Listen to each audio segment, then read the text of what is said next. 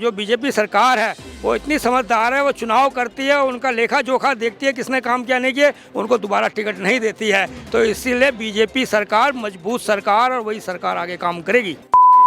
भाई अगर तुम्हारे पे कारागार, अगर दिल्ली का तिहाड़ जेल हाथ में आ गया, तुम मनमर्जी करोगे, एक रेपिस्ट से अपनी मालिश करवाओगे? तो कहने का मकसद ये है, ये चरित्र इनका अब ऐसा है, अब सामने आ गया, उजागर हो गया। इनके जो सत्येंद्र जैन की अगर ये पोल खोल दे या सत्येंद्र जैन की पोल खोल दें तो एक विस्फोट होगा।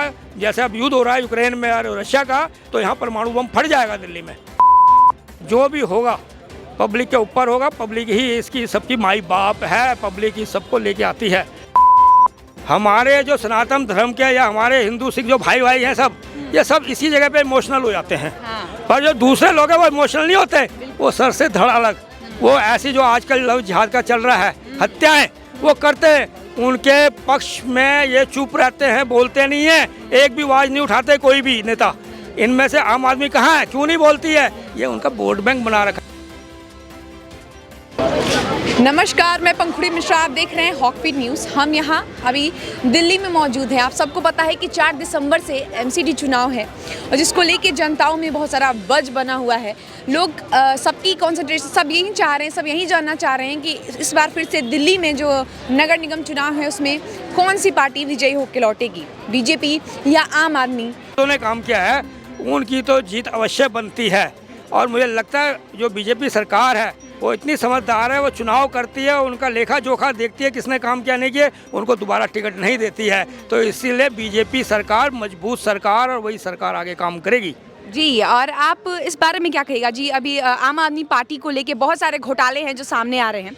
अभी शराब घोटाला ले लीजिए, जिसमें अभी मनीष सिसोदिया जी का नाम बहुत ऊपर आ रहा है। उनके एक नेता है जो अभी जेल में हैं भी और जेल में मालिश करवा रहे हैं, उनके बारे में क्या कहिएगा? देखिए, बहुत शर्म आती है हमें दिल्ली की जनता को।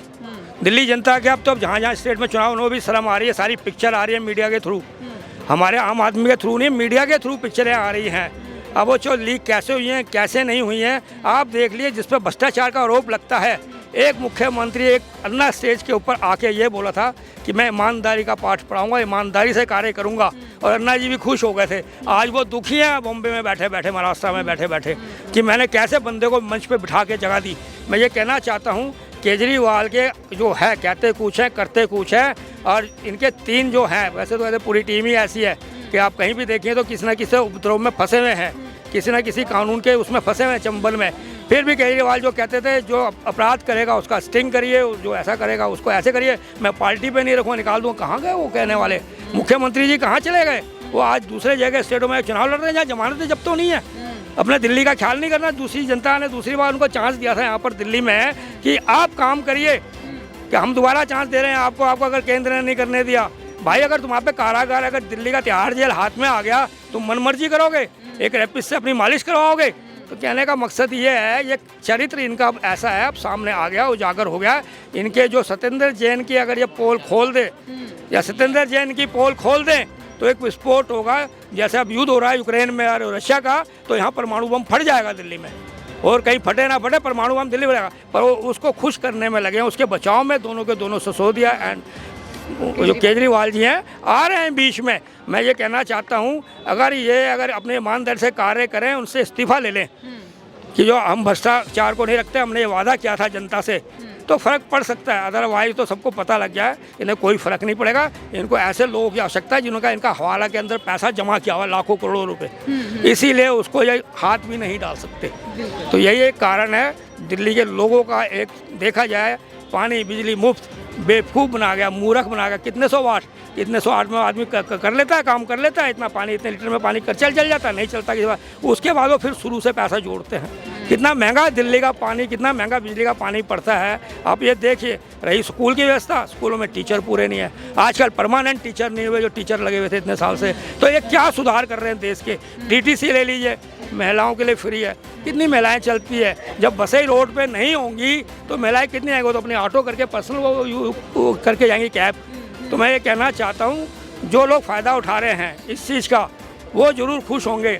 और हमारे जैसे मीडियम क्लास के लोग आज भी दुखी हैं और कल भी दुखी थे और आने वाले समय दुखी होंगे अगर इनको वोट डालेंगे तो।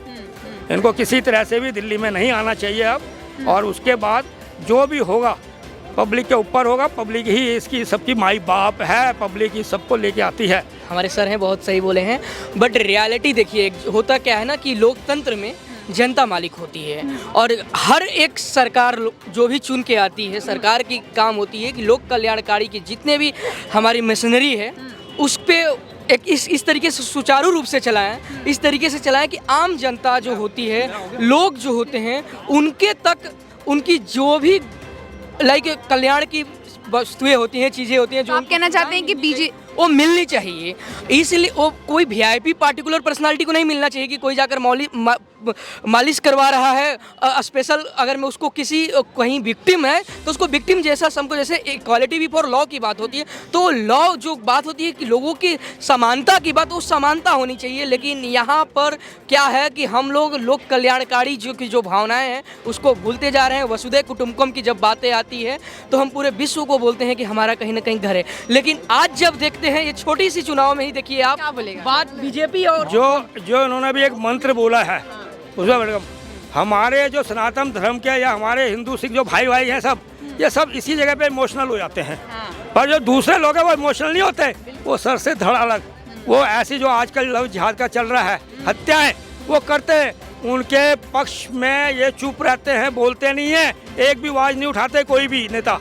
इनमें से आम आदमी कहाँ है, क्यों नहीं बोलती है? ये उनका वोट बैंक बना रखा है, कांग्रेस ने वोट बैंक बना रखा है और एसपी ने कार्ड लगा है। मैं ये कह रहा हूँ आपको कि जब ये लोग न्याय की बातें करते हैं तो यहाँ हमें शर्म आती है कि इन लोगों के लिए क्यों नहीं आप आवाज़ उठाते, इनको क्यों न्याय नहीं मिलने देते आप लोग, इनको क्यों आप इनका बचाव करते हैं।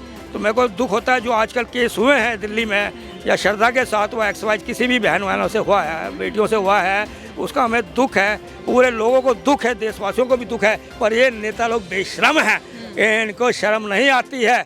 ये तो जब तो ये जाते हैं किसी के घर चले जाएंगे, फटाफट हम इतने लाख दे रहे हैं, आपको नौकरी दे रहे हैं, आपको ये कर रहे हैं। भाई अब कहाँ गए आप लोग? वो तो एक छोटी सी जाति की लड़की थी ना, कहाँ गए? ये देखिए सब कुछ मिलने के बाद मैं ये कहना चाहता हूँ कि जो भी है, जो न्याय है हमारा, वो सबसे ऊपर है। मैं चाहता हूँ जब कभी कोई बात ऐसी होती है, जब नेता लोग नहीं है, तो हमारे न्यायालय को ऊपर आना चाहिए और सही तरह से जनता को न्याय मिलना चाहिए। और न्याय जो है तो इसके लिए तुरंत कार्रवाई होनी चाहिए, अदरवाइज तो ये अपराध बढ़ते जाएंगे, इनके हौसले बढ़ते जाएंगे और इनकी पीठ थपथवाने वाले बहुत से लोग मिलेंगे।